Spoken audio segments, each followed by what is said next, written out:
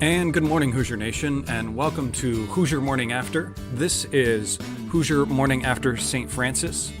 Last night, your Indiana Hoosiers go on to beat St.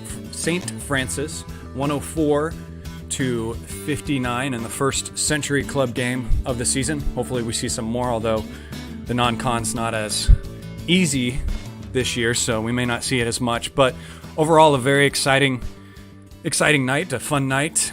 Fun to see the Hoosiers playing again. It's fun to see two guys that we didn't get to see last game. Getting to see Trayce Jackson-Davis and Tamar Bates out there.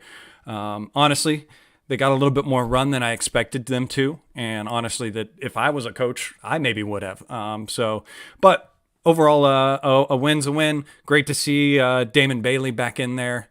Great to see his son out there playing. Great to hear from those that were there live that when his son was announced in the starting lineups that everyone gave him a great ovation. So that's just fantastic to see.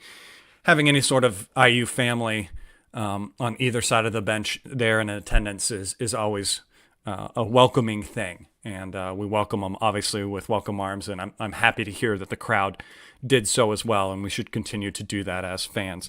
But that finishes the exhibition part of this season. Great to have those exhibition games. Great to be able to view those exhibition games that IU had. And now we focus towards the main season and get things going for the year. But overall, a very exciting game. Lots of different things we can break down and talk about as we go along here. With me, as always, Martha, the mop lady. Martha, what are your overall thoughts of the game last night?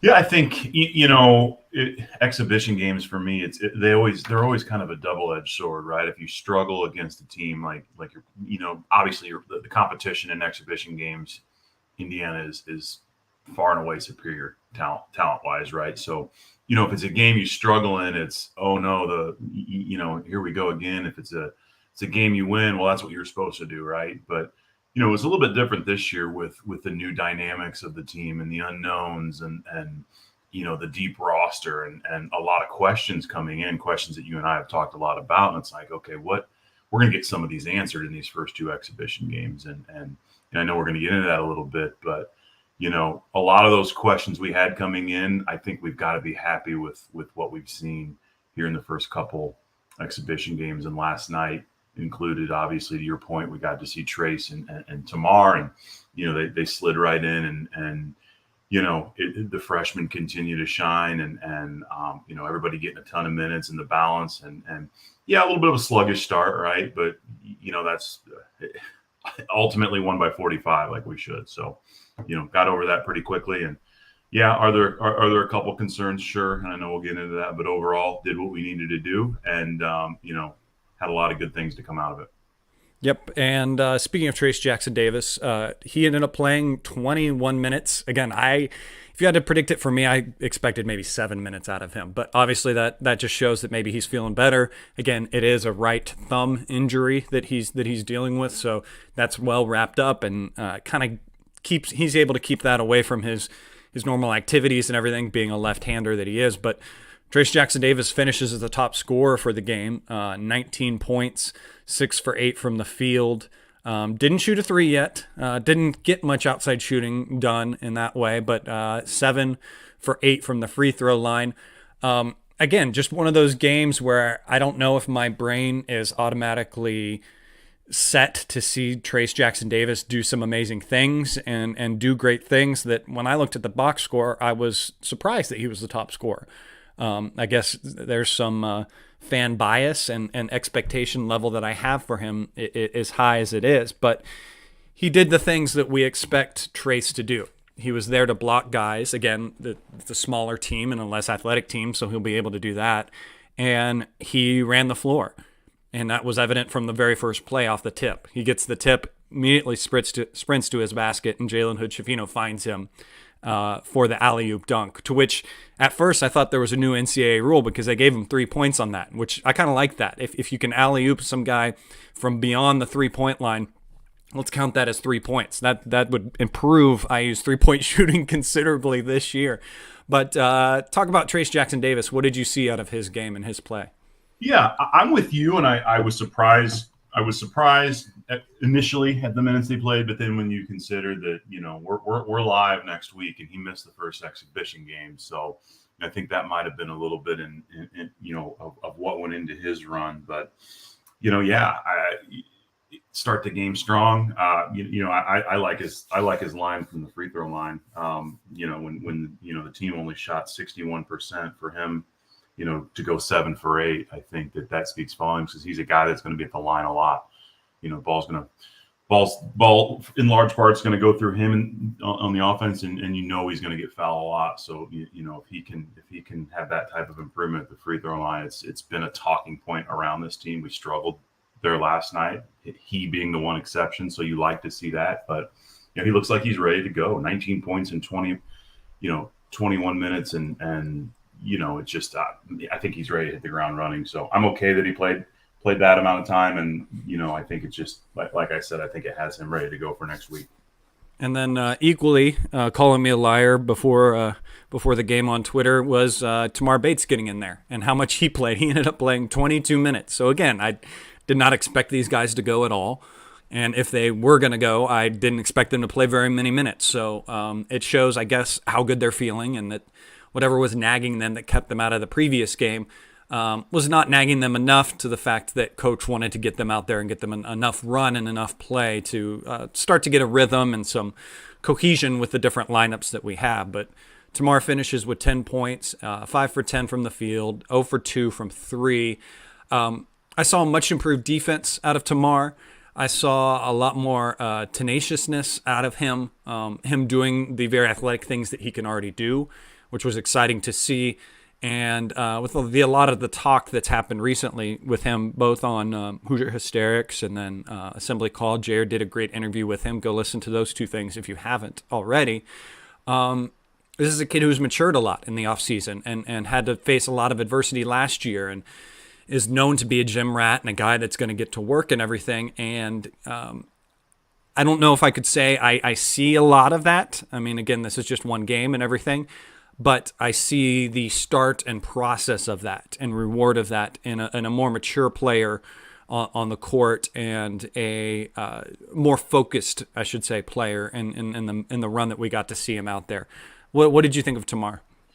Yeah, it's when you talk about both of these guys, that with Trace's 19 and Tamar's 10, they were both kind of quiet. Two guys that scored in double figures, but it's not like it jumped out at you, right? I think there were a lot of other things that you would list that would jump out first, but to get the 21, I think you said 21 minutes. I thought he looked good, and again, this is the first competition he's seen other than his own teammates, so. A little bit of rust is maybe to be expected, and that could speak to the 5 for 10 from the field. The obvious is if there's a want included in there, it's maybe knocking down one of those threes. But yeah, I thought when he was on the floor, and you mentioned it too. I thought what stuck out to me, and I've really tried to make a point of focusing on the defense a little bit more, which can be tough to do in an exhibition. You go in with the mindset that, we just want to run up and down the court and blow these guys out of the water. So you don't focus as much on defense. And, that's really, I think, and you've kind of taught me this, is really where you can start to see some growth within players is when the defense starts to click for them and the impact. We've got a lot of scores. I don't think scoring is going to be a problem for us. And, so you can really start to see some of that growth down on the defensive end, and I think that's where to your point, Tamar looked a little more locked in, looked like he knew where he needed to be, looked like he was in the right position. So that was certainly encouraging to me, and my hope is that as he works through some of this live game action, you'll start to see some of that on the offensive end too. Yep, and Jalen Hood-Schifino continues to impress. I continue to fall in love with his game, a love that is going to hurt my heart because more and more that we fall in love with him, the more and more we know that he's going to leave us. So just excited to see him like you kind of mentioned earlier against some higher competition and how he deals with that. But another great game for him, 15 points, 5 assists, 1 turnover.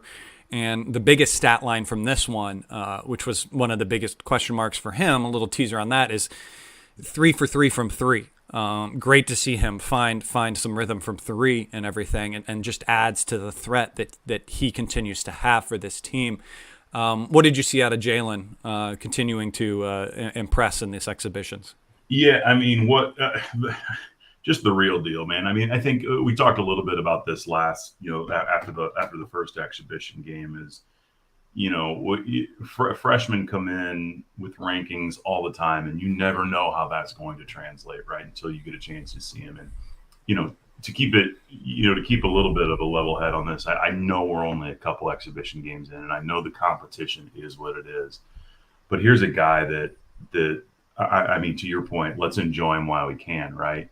When you look at him and Malik, and there's also a level of excitement too. I think the initial thought is, being the pessimistic sometimes IU fan that I can be, I'm like, well, we'll have him for a year. I mean, exactly like you said, we'll enjoy that. But at the same time, this is what big boy basketball looks like. Big time college basketball looks like is if you can provide a blueprint where freshmen can come in and succeed and be part of a program and be surrounded by veterans at the same time. That's a hell of a selling tool as well.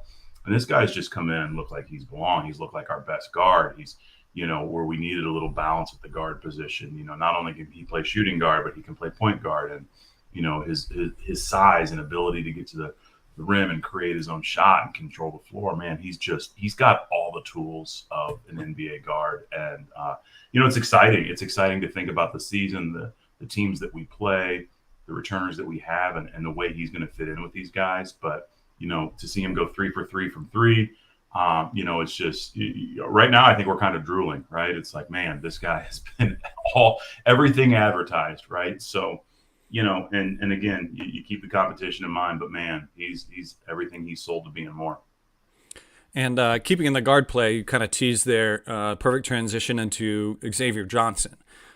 He's kind of struggled in these exhibition games. Finished this game with just 8 points, 3 for 8 from the field, and 0 for 4 from three. I don't think he even made a three in the last game. I can't remember off the top of my head, but he struggled a little bit in these games and everything, and coach has been on him to a degree, and there were some great comments that coach made after the game. He said, quote, "You don't have to do it all this year. We got enough pieces on this team that you can just do your part." And then he also commented saying he's playing too fast. I got to slow him down. That's a great thing for him to hear, and I hope that kind of gets into X's ear in the right way. Last year, he was being called to do a lot of stuff, and that's a lot of pressure when you're on a new team with a new coach and new players to you, and you're the main guy, you're handling the ball and everything. And I think we saw that get to him at some points last year, but we also saw him step up to that. And at the end of the year, we saw an amazing X. Getting downhill, making at a high percentage a lot of his threes, and so our level and our bar is set high for him going into this year, and I think it's probably set high for himself. And to hear from your coach that you don't have to calm down, young guy. I mean, I'm sure that's that kind of talk that you hear coach say to the players, that he can relax a little bit, that he's got pieces around him. He's got players that can help him achieve and this team achieve. And I look forward to him settling into that role. I think he can. I think it might be a struggle a little bit because he is that Bulldog player and wants to be the one to do it and get it done. But he needs to relax. What are your thoughts on X?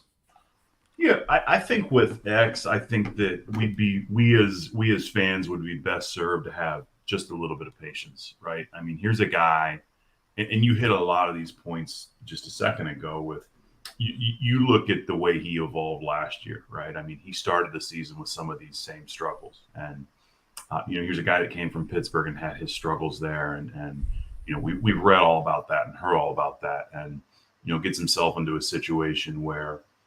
I think that the coaches really worked with him to put him in a position to succeed. But he did, he had those challenges starting off last year, and you kind of saw some of the same things, right? Forcing forcing the action and trying to create when it necessarily wasn't there.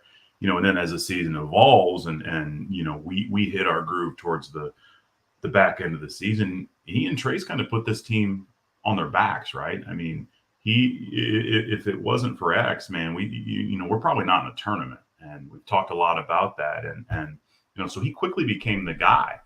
So that paradigm shift for him, right, coming into this season, and he's surrounded by an extremely talented guard, something that he couldn't always say last year. He's got veterans around him that are also extremely talented, and everybody's a year older, right? Everybody's been in this system now for a year, so everybody's ready to step up a little bit more. And a guy that put this team on his back last year is now being asked to say, hey, pump the brakes a little bit. You don't have to force everything. You don't have to be the guy all the time. That's got to be a tough ask. I mean, here's a guy who's a senior and wants to go out with a bang, and I think that's got to be tough. And then, it's not like we haven't seen him struggle a little bit early in the year before. So I think it's a combination of who's new around him and trying to get a good feel for that, and who he can trust and who he can rely on, and what the offense is going to look like.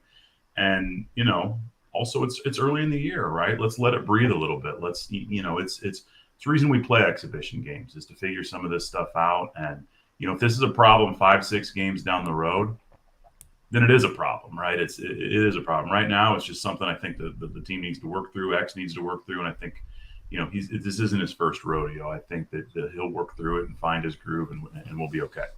Yep, and the reason, again, he can relax is that there's other guys that can step up, and this bench is deep, and even coach himself is still figuring it out. He was asked in the post game comments about the bench and different lineups and starting different guys, and he said he's still figuring it out himself. He's still figuring out who can go with who and what the chemistry is and how's it going to work out. Now, there was an interesting lineup that I liked that was in there that is definitely, I think, one player away from probably our starting lineup next year, where we had Malik down below, Jordan at the four, I say in quotes because coach says we're not positions. Trey Galloway, Tamar, and then Jalen Hood-Schifino. When I saw that lineup go in there, I was impressed with not just the overall length, but the athleticism, the speed, and everything that kind of lineup brings.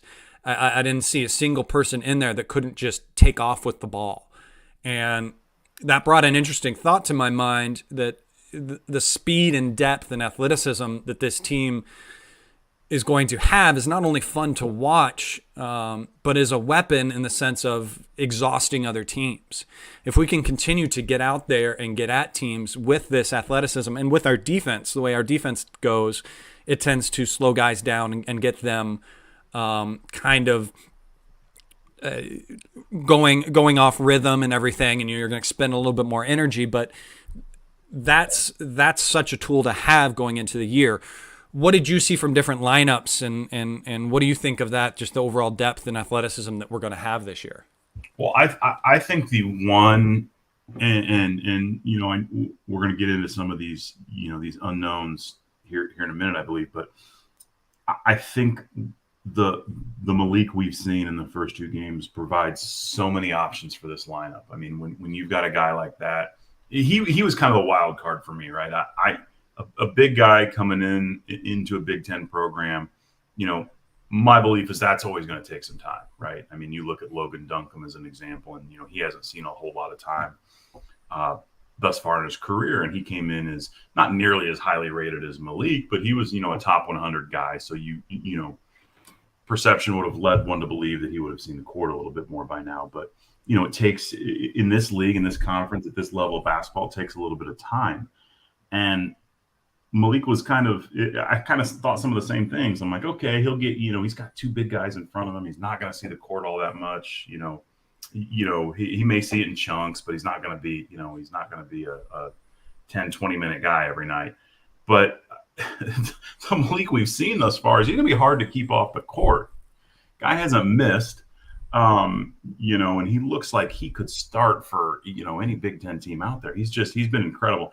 And so what that allows you to do, right, is not only get a little bit dynamic with the lineup, but it gives other guys opportunities to play different positions too, because you can slide him to the 4, you can slide him to the 5. You can play him with Jordan Geronimo, and the exciting thing, like you mentioned, is it does give you kind of some insight into what's the next season look like. And you did mention Hood Schifino on next year's potential starting lineup, so hopefully you're doing a little foreshadowing there, and that comes right out. I don't think so. That's some very, very hopeful and wishful thinking I'm with there. you. I'm with you. But yeah, I think it's been exciting because I think it just provides that many more options for you, right? And you think about where we struggled some last year when we got into some foul trouble, and what we couldn't do with the lineups we had. I think that opens up so much of more what we can do now, and so that's exciting. That's the exciting part for me. Well, and not to mention that that's going to save the legs going into deep into February of Race Thompson and Trace Jackson Davis, because they had to go last year because we didn't have the greatest options behind them, or at least coach didn't feel like he had the options. And now with Malik, it's clear that he feels so much more comfortable with him in there. And again, this is all to be seen and to be proven as we get into the season. But from the small sample size that we have, it just adds a little bit more dynamic things and a little bit more minutes that can be stolen and placed in higher competition games for the better players or the starters of this team. Another one talking about depth and everything that we need to discuss from this game is CJ Gunn. CJ Gunn got in there, had a pretty good game on the offensive side, scored 9 points, was 4 for 8 from the field, made one of his 3-point shots. Good to see that he got a couple, but his form looks good. He looks good on offense. He's ready to run. He's very explosive, athletic, had a few dunks, tried an alley-oop, didn't quite get that one in there. The struggles with him and where he shows his class is on the defensive side. He still looks pretty lost there on the defensive side. He's got that kind of freshman deer in headlights situation. He's still learning it. He's still feeling where he needs to be and what his position needs to be. And what you end up seeing is something that we saw kind of out of Jordan, where you try to out-hustle or over-hustle your lack of knowledge or experience on that side. And you tend to overcommit on offense. When he was kind of the help side defense, he was coming a little too shy to stop the drive and left his guy open a little too much, and then we recover too hard. Freshman things that he'll get past, but we got to see a little bit more of a window into what kind of future player he can be. What did you see from Gunn? Yeah, I think you hit the nail on the head. I think, to your point, he looked like a freshman at the defensive end. However, I think that the thing that I've been encouraged about is he's not shying away from anything on the offensive end. He's looking for his shot. He's involved in the offense, and as a freshman, he's kind of sticking out. I think he's exceeded my expectations in terms of when you look at the lineup and what we had returning. I didn't really see a spot for him in the mix, right? I thought he might be a redshirt candidate, and I'm not saying he's not going to redshirt or anything like that. I don't have a good read on that quite yet, but I mean, to me, he looks like a guy that we can count on, we can rely on if we need to. If we need some depth at the guard position, he's going to be able to come in and play. And it's almost like he's and again, I know how early it is, but maybe a tick above Anthony Leal at that point for right now, right? You're seeing him come off the bench before Anthony and things like that. So, he might be a guy that we rely on a little bit more. And I'm just encouraged to see that he's not shying away from anything on the offensive end. He doesn't look lost at that end. I think we expect some of that at the defensive end, right? This level of defense in college basketball, it's a big jump from high school to this level. And so some of the expectations, you might see some of that confusion on the defensive end, but I've been encouraged by his activity on the offensive end. And I think you hit the nail on the head. It kind of gives you a look into what we can expect down the road from CJ Gunn once he puts it all together. Yep. And Miller Kopp, just to really quickly go over him, and he just transitions into a play that I saw. finished 2 for 2 from the field, and those 2 for 2 was on 3-pointers. He was perfect, got 2 opportunities. There was one play in particular during the game that I didn't feel like I saw as much in the previous exhibition game, was too much pick and roll or guys trying to get to the basket. And I feel like in this game, there was more of an effort to do that. And there was a moment where Trayce Jackson-Davis came up, pick and roll, standard situation, X drives to the basket, looks to try to get it to Trayce, and that's how it's going to be in these situations. Either Trace's guy is going to sag off of him, and then X can usually find him, or sometimes X man stays at home and recovers well, or his man struggles to get back, and that draws a wing defender in to try to stop X. That's what happened in this play. Kicks it out perfectly to Miller Kopp, and he drains one of his 2 threes. It was good to see those kind of drive and kick actions happen. And Miller Kopp, again, doesn't score a lot of points, but comes in there and just is that role player for the team. So good to see that from him.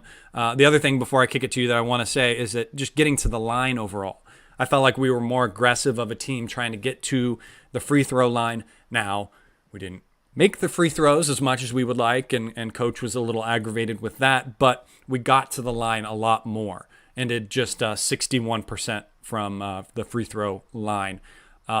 Any of those 2 things you want to speak on?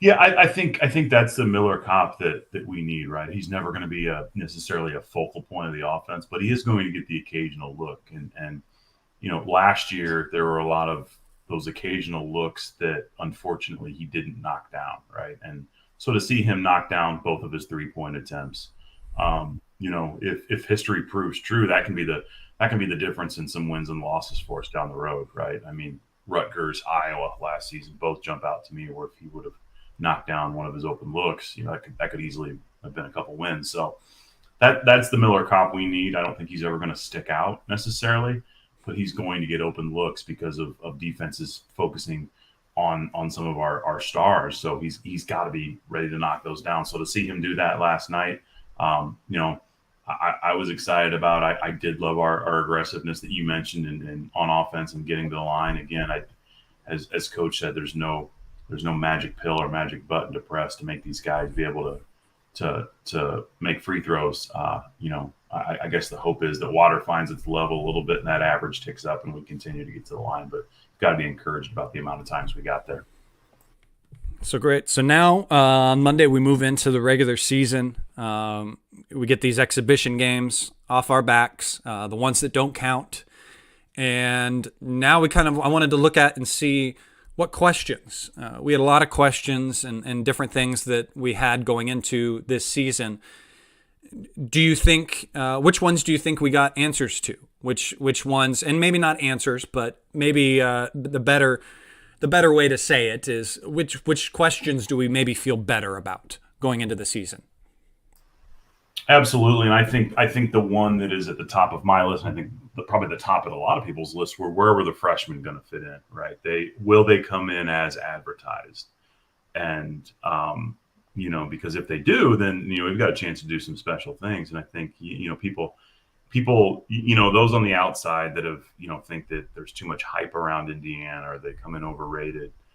I don't think that they've taken into consideration what these talented freshmen have a chance to provide. So to see the way they performed in these 2 exhibition games, and obviously specifically we're talking about, Jalen and Malik, and to see where they fit into this lineup with what returns, I mean, you can't help but be extremely encouraged by what you've seen, right? Because you never know, right? I mean, we've heard about freshmen being studs all the time, and then they come in and they struggle a little bit, or it takes them a little while. And again, you keep the competition in mind, but man, they've been everything as advertised. So, I think it's got folks extremely excited about the potential of this team. So that's certainly number one for me. Obviously, I think a couple of the other low hangers, and I don't know if you want to go one by one or have me list them off. I don't know if you want to touch on that. No, you can go into some. I'll comment. Yeah, I think the other one was are we going to be an improved team shooting the ball? And I think that's still a little bit of an unknown, right? I mean, when you look at it's hard to get a good gauge on that. I think we're probably a little more free on offense with some of. I mean, I don't think we're gonna have many games where CJ Gunn shoots 5 3-pointers. I could be wrong there, but some of the guys. I certainly feel like I've seen some improvement in Trey Galloway's form. It's encouraging to see Miller Kopp knock them down. Obviously, if Hood Schifino can continue to knock down a couple, we can absorb some of X's struggles from distance a little bit more. So I've been a little bit encouraged by that. I think that's still kind of a question mark moving forward. But those are kind of the two that really jumped out for me was how are the freshmen going to, how are they going to impact this squad? And then what are we going to be an improved shooting team? Because I think that's the difference between us being good and great. So, those are my two. Yeah, and I think the shooting wise, I think you kind of nailed it properly. I myself, I'm not as worried anymore because I know there's many different options that we have. I know that X, while he struggled in these exhibitions, has proven that he can shoot it in the past. CJ Gunn has gone in and shown that when he's in there, he can possibly deliver and make those shots. In this last game, we saw Jalen Hood-Schifino knock down all 3 of his 3-point shooting, so that makes me feel better. And Miller Kopp has gotten the run and continued to kind of do what he can do and what he needs to do for this team, be that role position, that shooter guy on the wing, and did well with it. So those are the reasons why I'm not as concerned about that. Not even only to mention, we didn't get to see it in this game, that Race Thompson has showed that he's going to pop out there and hit a 3 from time to time. So that makes me excited about that. The other thing you mentioned is the freshmen, and yeah, that's one that has me ecstatic because as you said earlier, I didn't know what I would get out of Malik going into the season.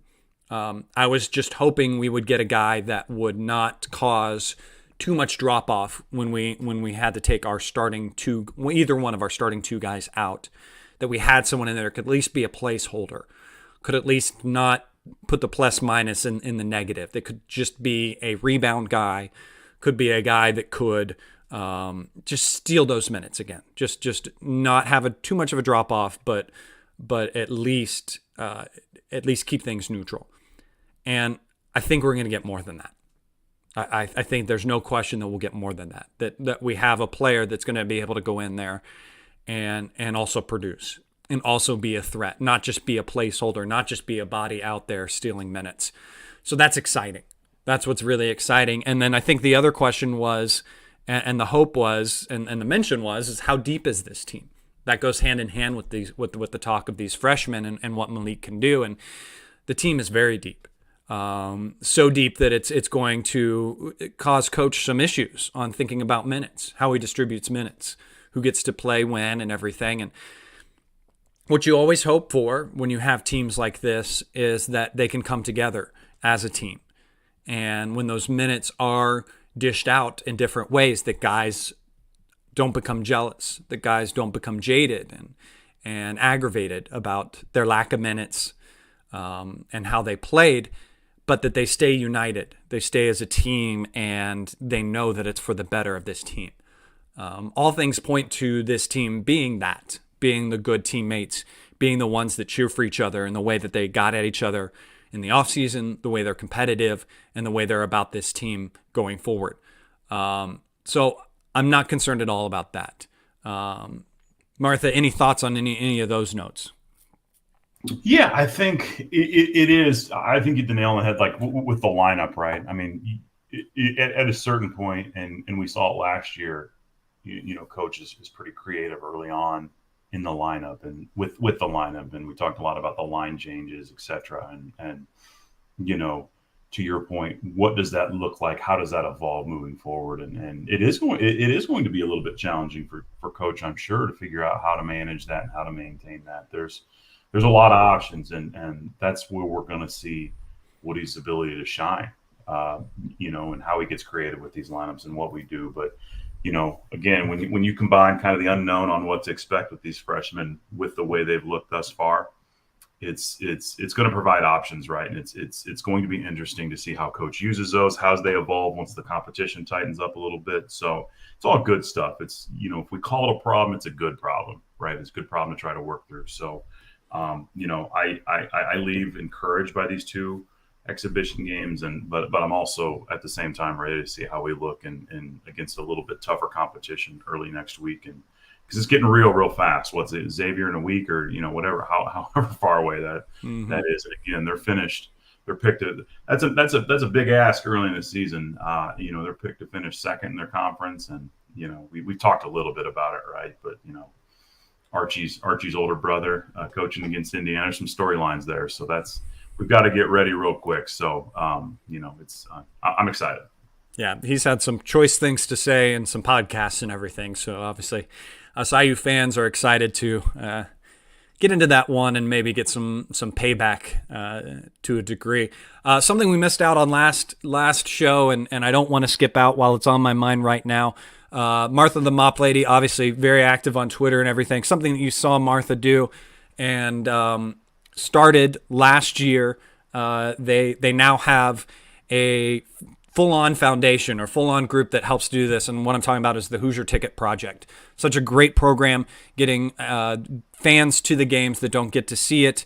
If you have tickets you're not going to use, please find those guys. Martha, give us a little tag and talk about the Hoosier Ticket Project. Yeah, so this is our second basketball season that we are in existence as a 501c3 nonprofit. So essentially our mission is to remove financial barriers for deserving fans to be able to attend Indiana athletic events, specifically basketball, football, women's basketball. The response obviously last season was tremendous. We sent over 300 individuals to men's and women's games, and the response so far this year with the exhibition games has been tremendous as well. We've already sent a bunch of fans to games, so we're encouraged. We're excited about this season. We do know with the expectations this season that it's going to be a little bit tougher for us to get tickets. So we just encourage those that can't make it, that have extra tickets to consider us, right? It's consider donating. We all remember our first time walking into Assembly Hall. It's a special moment, and to be able to provide those kind of opportunities for individuals that otherwise wouldn't have the opportunity, whether it be financial, situation based, whatever it may be, to be able to provide that type of experience for them is really, it's a really special thing. So, we thank all of our donors, everybody that's made what we do possible. And again, we just encourage you to, if you don't know about us, check out our website, HoosierTicketProject.org. You can find us on social media as well. If you want to learn more about it, you can reach out to me as well. But yeah, just think about us. We do take monetary donations too, that allows us to buy tickets, have events, etc. So check us out. Yes, great. Definitely go donate if you can. See those great pictures. Always great to see the posts of the people in there, the kids getting to experience it for the first time. So such a great program, and fantastic. Great. Love that you guys do that. So let's wrap it up here. Any final thoughts about these exhibition games as we get into the season? They went about as well as I think exhibition games can, right? I mentioned it. If you struggle, it's like, what's this season going to look like? If you blow them out, that's what you're supposed to do. And we did what we were supposed to do, right? And I think a lot of good came out of what we've seen so far. A lot of the unknowns have been answered in a good way. So I'm ready. I'm glad they're behind us, and I'm ready to get rolling for real. I'm really excited to see this team against improved competition, against actual games. And man, you take a look at the calendar and the schedule, and as I mentioned, it's about to get really fast. So it's going to be an exciting ride. I'm pumped. I'm excited to, again, can't thank you enough for inviting me to join you on Hoosier Morning After. I think it's done a lot of good for me in terms of waiting a day to get my thoughts off my chest. So I'm just excited about where we're at and where we're headed. Yep. Such a great season ahead of us. So many different variations of lineups. Different players are going to step up. It's going to be awesome to see and be able to come on here and talk about this player did this on this game. This player's been struggling, but look at what they did now. So many different options for the team to have and everything. It's just so exciting to have Indiana basketball back. And I mean, as Coach said to us, Indiana basketball, excuse my language, is the And it is, Coach. Thanks you for mentioning that for us. But so exciting to have it back and everything. Again, first game that we're going to be able to see is just right around the corner, guys. Monday, it's against Morehead State.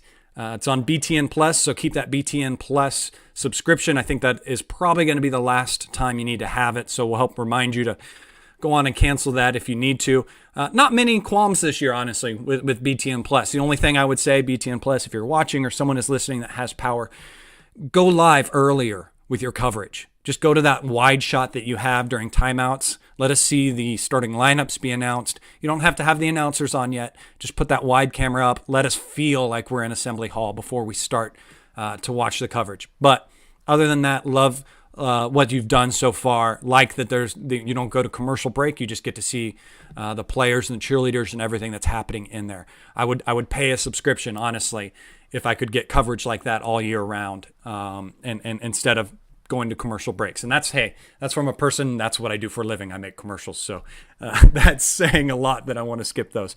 But very exciting to get going into this season. So that's going to do it for this edition of Hoosier Morning After. Thanks for tuning in. Don't forget to follow me on Twitter at General Chadwick. Also follow Martha the Mop Lady at Martha the Mop Lady.